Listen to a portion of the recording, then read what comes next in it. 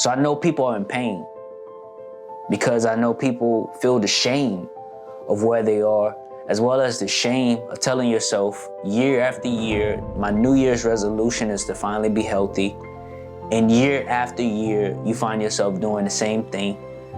You looking yourself in the mirror, not liking the way that you look, not liking the way that you feel, how you feel, waking up in the morning sluggish and hating that, not being able to attract the type of romantic partner that you want to attract, and not being able to take real steps and risk in life because you're not comfortable and confident in your own skin.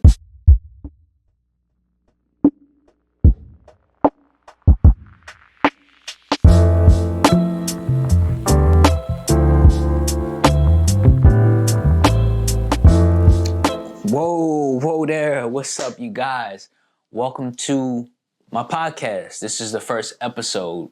It's called Project Breakthroughs. Welcome to Project Breakthrough, the podcast that we've designed to help people who come from unhealthy families to break through, to live in a health-conscious lifestyle. That's a major problem.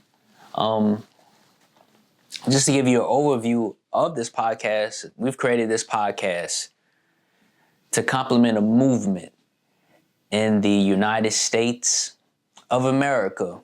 Because for those of you who don't know, in the USA, we're having a health crisis. Obesity rate is at the highest it's ever been. People are very sick. It seems like there's more people trying to avoid death in the healthcare system than actually being healed in the healthcare system. So we've created this podcast because we have this mission in mind. And it's super close to my mission. And it's a very touching story of how I got here that I'm going to be sharing with you today. The thing that I'm finding is that so many people grow up in unhealthy families. And when you grow up in an unhealthy family and you're literally raised to be unhealthy, making a transition from adulthood into living a healthy lifestyle is super difficult. And I had to go through it. It's not like you're just going to click and do it. You really have to go through a transformative process of who you are as a human to really embrace a healthy lifestyle. On the contrary of that, the realities is if you don't go through that process, what's going to end up happening is you're going to face your latter years, if not your middle years in life, with disorders, being sick, being depressed, being unhealthy, the mental disorders, the physical disorders, the popular diseases like diabetes or arthritis, and all of those deteriorations that people in our culture are experiencing on a daily basis. The fact of the matter is, if you don't change, well, you're going to find yourself in a pretty ugly situation. And I don't want that for anybody. Now, just to give you a little background of myself, I am the founder of our health and wellness company called Increase Body. I started off as a personal trainer because people kept asking me to train them because I was really into fitness at the time. And I didn't really like the personal training lifestyle, along with I hated the fact that people would get in shape with me, and then when they're not with me, they revert back to their old ways and gain all their weight back. And 5 years later, 3 years later, 2 years later, they ashamed to see me trying to duck me in Walmart because, they gain all their weight back and they feel very embarrassed and terrible, not measuring the fact that they decided to pour their hearts out to me and tell me why they wanted to make this change in their life. So I know people are in pain because I know people feel the shame of where they are, as well as the shame of telling yourself year after year, my New Year's resolution is to finally be healthy. And year after year, you find yourself doing the same thing. You looking yourself in the mirror, not liking the way that you look, not liking the way that you feel, how you feel, waking up in the morning sluggish and hating that, not being able to attract the type of romantic partner that you want to attract, and not being able to take real steps and risk in life because you're not comfortable and confident in your own skin, which is really important when it comes to meeting people and networking and just flat out doing things. I know people are in pain.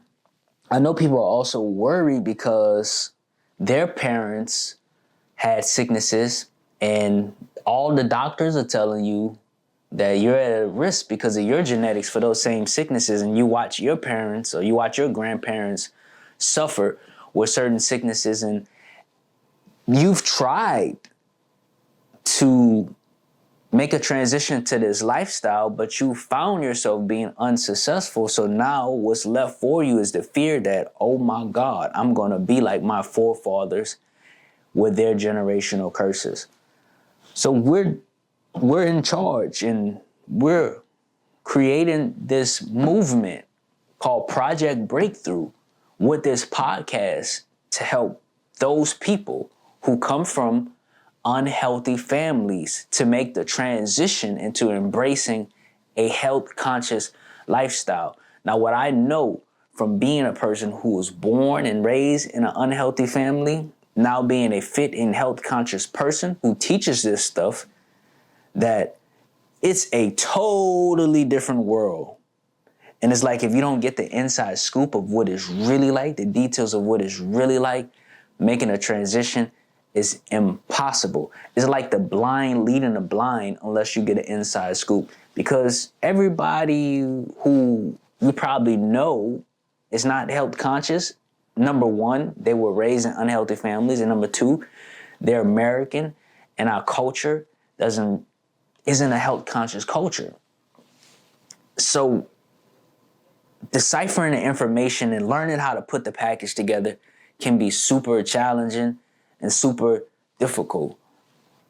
And that's what we want to do for you. We want to help you put together the pieces, because ultimately this thing is not about a new meal plan for God's sake or a freaking workout plan, because truth of the matter is you can do whatever you want for exercise as long as you're pushing yourself, or a freaking new diet trend or new diet fad, all of that shit. It does not work. It's really about transforming yourself and reprogramming yourself in contrast to the way that you were raised. And that's the whole idea about it. I'll tell you a personal story. Well, I got into health, fitness, and wellness due to some unfortunate circumstances. I grew up in South Louisiana where the cooking is good, it's finger licking, and the gumbo will make you jangle. You dig what I'm saying?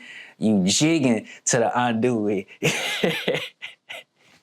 You bouncing to the smoked sausage and red beans. And what we do is, out here in South Louisiana, we celebrate, we live life, and we eat. And eat, and eat, and eat, and eat. So we're very addicted to our food, and it's our culture, just like every culture. Food is so cultural. But in my family, the diseases like diabetes, type 2 is super prevalent. Heart attacks, my family members died from those. Strokes, family members died from those. So many cases of depression, so many cases of anxiety and mental illnesses in my family, combined with a lifestyle where literally nobody exercises. Like literally you go to the function and it's fried chicken and cold drinks and really the worst possible things to put in your body. Now, what I find super funny about it is while everybody's digging in their plate, everybody is saying, oh girl, I need to lose some weight. Oh girl, I need to go in the gym, especially when they see me. Oh, I need to go to the gym. Oh, you can put me on that diet plan. And I'm trying to explain to them, it doesn't work like that. But what I've come to realize is actually our family is dealing with a generational curse. And that generational curse, like so many families, is one of lack, one of poverty, one of sickness, one of a lack of self-belief, one of a lack of willingness to educate themselves in a particular attitude that we have about our bodies that's negative and that's disconnected from a greater truth of God. My grandmother died when I was around 8 years old. And that was super difficult for all of us because she was the glue of the family and she was a big mama. It was my fat grandmama. We call her Mimi. She was this lovely Creole woman with long white hair. Just amazing. And the way that she used to love us was obviously play with us and talk to us and guide us, but she would cook for us. She was known for being a marvelous cook. So I remember being a little Padawan, walking around when my head was bigger than my body, following my grandmother and helping her cook meals for us. So while she's cutting the potatoes to make French fries from scratch, using a little sugar because that's how she made it sweet, I'm watching her hands cramp up from rheumatoid arthritis. And as a young Padawan, with my head bigger than my body, I couldn't figure out why my grandmother was in pain while I was so happy as she's preparing the meal for us. And then she'll go and season her chicken in the sink because that's how they do it in South Louisiana. She washed the sink down and she put the chicken in the sink and she seasoned the chicken in the sink and she was getting ready to make us fried chicken. And I'm watching her do that. But as she's moving from station to station, she's limping and I can see the grunt and the disgruntledness on her face of being in pain because her ankles were so swollen because she had the gout. And I couldn't, even as a young boy, I knew something was wrong with my grandmother because I never heard my grandmother speak about health or healing herself. She never talked about exercise, or she never talked about food in a sense where the food made her life better, made her more vibrant, made her ready to do things and ready to enjoy the thrills that life has to offer. But I always heard her talk about her medicine. So I remember one day my grandmother was taking her medicine, and believe me, it was a lot of them, a lot of medicines. And a lot of you probably have had family members who went through the same regimen. Or you may be in a position right now where you're in the same regimen and you tired of it. But there's this counter full of prescription bottles just over and over. She had to take one for this and one for that and to counteract this and the other one. She had to take that one because the side effects of this one. And my grandmother must have took over 20 prescription medicines. And I remember asking her, when, as a young Padawan, when my head was bigger than my body, Mama, why you gotta take all of that? She looked at me and she said, oh, I gotta take that for my diabetes. That always stuck with me because as a young kid, I remember thinking at a point in time in life, you find yourself having to take medicine when you're sick or when you have diabetes. And no one in my environment questioned it. So we just kind of accept that as a reality without thinking there was another way. Long story, moved forward. At the age around 19, I found myself working at a nutrition shop. Now, for the first time in my life, I was exposed to this concept that food and natural supplementation and natural practices can heal a person of an illness. And not only heal a person of an illness, but detox a person's so their organ system is optimal and healthy, complement a person's diet and gut health so that you can maximize your hormones. That makes you more happy, that puts you in a better mood. There were specific formulas in foods that help with the brain function, which can increase cognition. And you can imagine the implications of having better cognition, being able to be smarter and sharper in your decision making. And I also was exposed to how bad health practices were also leading to mental illness, such as depression and bipolar and other popular ones, especially Alzheimer's. So while I'm here, I'm in the store looking at all of these shelves, being fascinated because I thought that when you get old, you get sick and you have to go to the doctor for medication because that's what my family raised me to believe. But when I got in here, I seen that, wow, through knowledge, you become the expert of your own body and you know what to take, when to take it, you know what to eat, when to eat it, and you find yourself being in such vibrant health that it's just hard for you to be sick because your immune system is just this strong. It completely fascinated me, but I didn't make the connection. I'm going to tell you the connection in a minute. Our responsibility in that store was to know about all of these products and to serve as consultants so people can purchase something that will help them.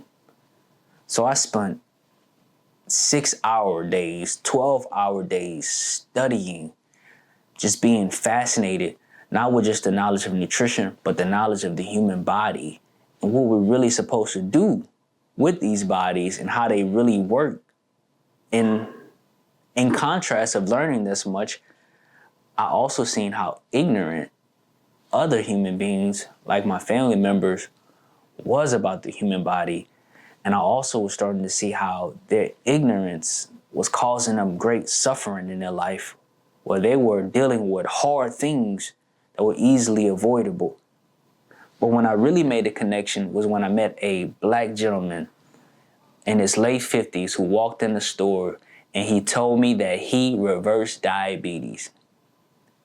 He came in there, and I'll never forget the day he came in there looking for black seed oil, which is an oil that people use to bring down inflammation in their body, and it also has other benefits as well. And he started to tell me that he went on this journey after being tired of having all of these illnesses, all of these sickness, and just being exhausted all the time. He went on this journey where he decided that he was going to take it serious and learn. So he learned and he learned and he made health changes. And eventually he went to the doctor and they said that his type 2 diabetes was gone. Before then, I didn't even know that you could reverse type 2 diabetes because sometimes the medical industry, because they profit off it, leads people to believe the false information that they're stuck with it and they have to manage it. Well, there was this man who reversed it. And I'll never forget what he told me. He told me that our people are sick because of their ignorance. Because we don't talk about health. We talk about sickness because we don't focus on health. We focus on sickness. And this is where the connection was made for me. That my grandmother died for no reason. If there was somebody to tell her the truth, she would still be here. And my grandmother suffered in her body for a decade for no reason. If our culture focused on health, it would be totally different for her. From that point on, I said, I don't know how this is going to happen, but I'm going to devote my life to helping people have knowledge of their bodies, and have knowledge of health, and have knowledge of food, and have knowledge of exercise, so that way we can break generational curses off of the lives of our families, the way that my family had this curse with bad health. So today, I want to open up a discussion as we're building this podcast out and making it more advanced and making it more beneficial for you viewers who are watching.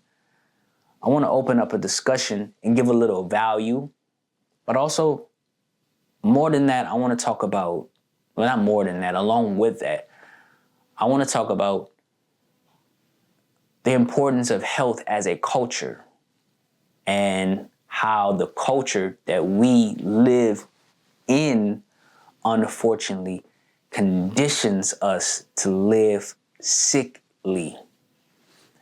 The United States is known for its obesity and is known for its ultra-processed foods at every supermarket.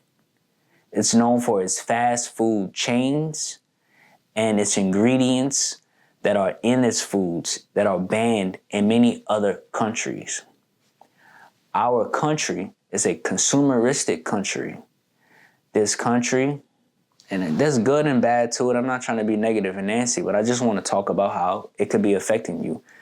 This country promotes immediate gratification in the now, and it also promotes overconsumption as a form of showing status to your peers. So the more that you can purchase and the more ease that you can acquire things in our cultural paradigm, that indicates status, that indicates wealth, it indicates other things like magnetism, and I wanted to say, no, it indicates things like charisma, magnetic, being more magnetic, and what I wanted to say, and being more powerful. The ease of getting things and having it now is an attitude of our culture. Whereas other cultures, the status is given to those who are generational leaders, who are tribesmen, who are people who think long ahead and think about the progression of their people. Our culture is based upon consumption, which is why the United States is notorious for overeating and a lack of attention and mindfulness in the way that we do eat and the way that we approach exercises. So if you go on the internet, you can find all of these gym meme pages. You can find all of these gym fail pages of people who go in the gym and just do things, hurrying up and trying to be real quick. Well, as somebody who's adapt to training styles and how to approach exercise, I can tell that these people never took the time to learn about their bodies and never took the time to learn proper mechanics and build up the fundamentals. So instead of going through the process of really creating a good physique or really getting in shape or creating a lifestyle where exercise is set in place for optimizing one's health and optimizing one's ability to handle the stresses of life, what we do instead is look for quick fixes, and when we don't see the results that we want, we turn to drugs. That's another problem, the addictions that Americans face. So I've just stated all of these problems to let you know that you were not only raised in a family that doesn't promote health consciousness, you're also in a country that does not promote health consciousness at large.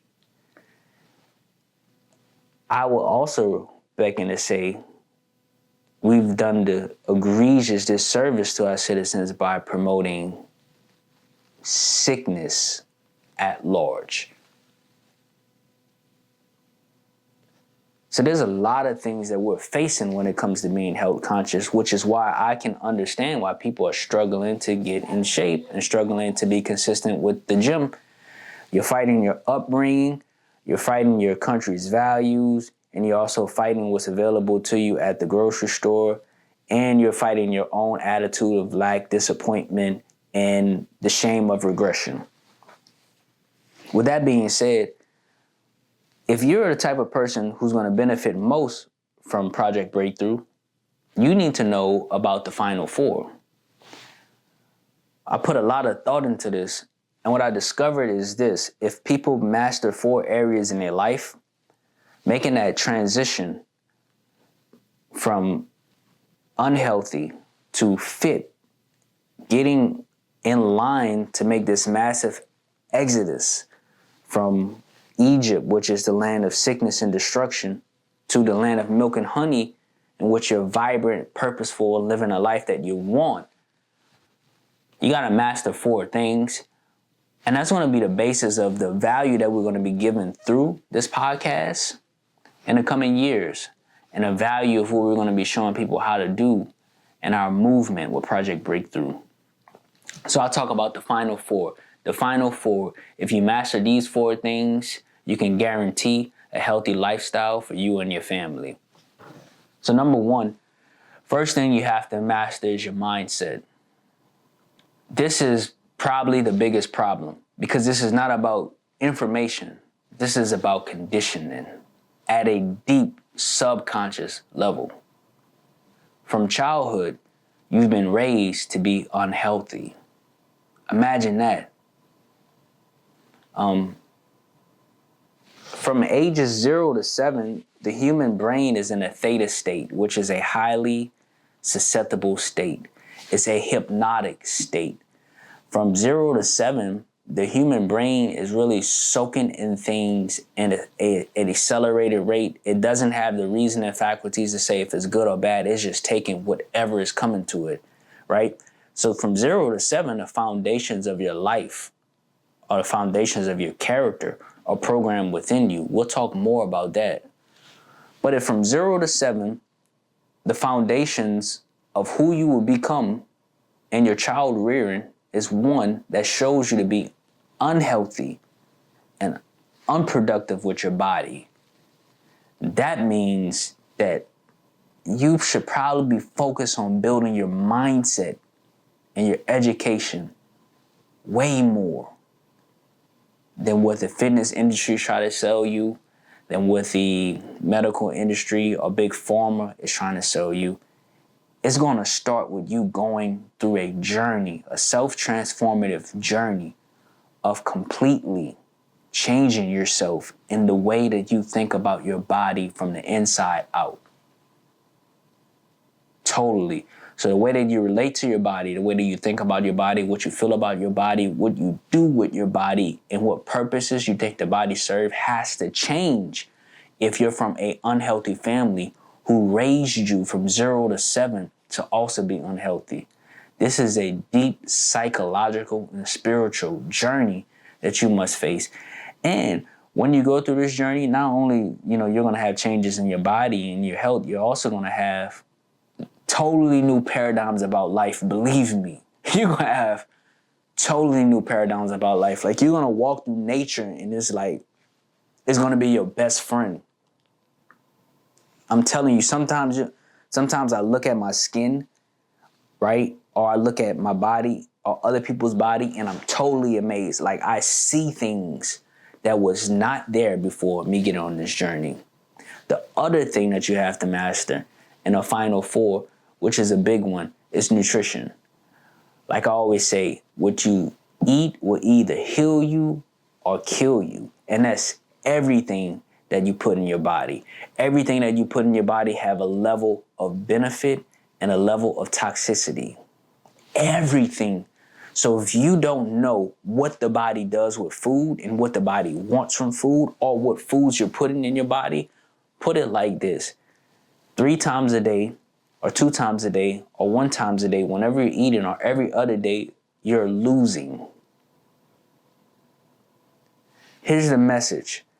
If you want a better life, one of the best ways to live a better life is to improve upon what's already in your life on a daily basis. So if we eat on a daily basis, one of the easiest way to improve our lives is to improve the way that we eat. And by doing that, we will experience drastic change.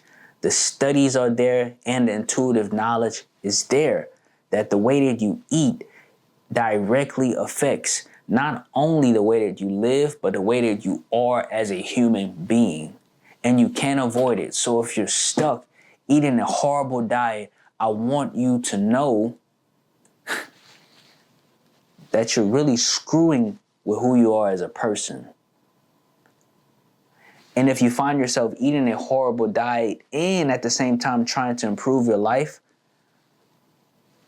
where you're missing the elephant in the room.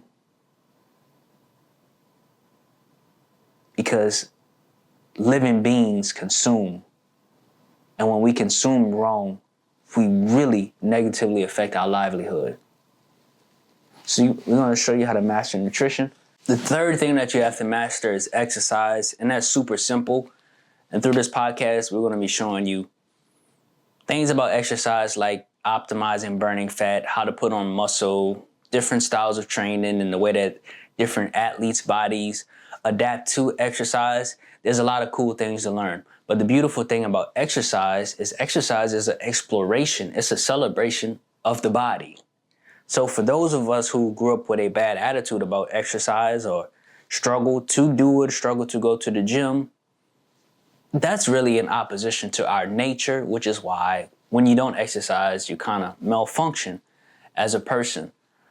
So that's something that you have to master. Fit people and healthy people are absolutely fascinated with exercise. Absolutely fascinated with exercise. And we want to do all type of sports because we feel great after doing it. It's a big part of our lives. And the fourth thing that you have to master is certain high-level habits that are not only healthy for the body, but are healthy for your emotions and healthy for your mind.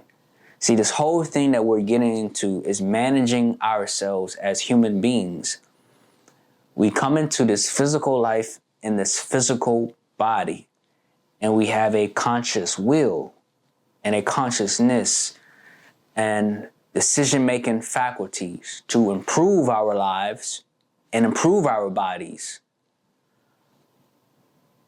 So there's certain habits that you have to learn, that you have to be in place. I find that people who come from unhealthy upbringings don't also have a problem with food, but also find themselves having a difficult time like regulating their emotions or thinking clearly or being able to deload from suffering thoughts that make them suffer, or being able to extract themselves from toxic situations or toxic ideas that make them feel lack and limitation and ultimately lower their life energy. That's what we're doing here with Project Breakthrough. Showing people who come from unhealthy families and guiding them and mastering the final four. Thank you for watching this podcast. This is episode 1, and I'm excited to do so many cool things with all of you. Below, if you're watching on YouTube, below you're going to see some free deliverables that we have for you so that you can start the process of this exodus, making this transition from unhealthy family upbringing to a healthy, life-conscious life to live, right? And just happy to have you here. There's some other things that we'll have linked below, like our community and our academy. Happy to connect with you and see you on the other side.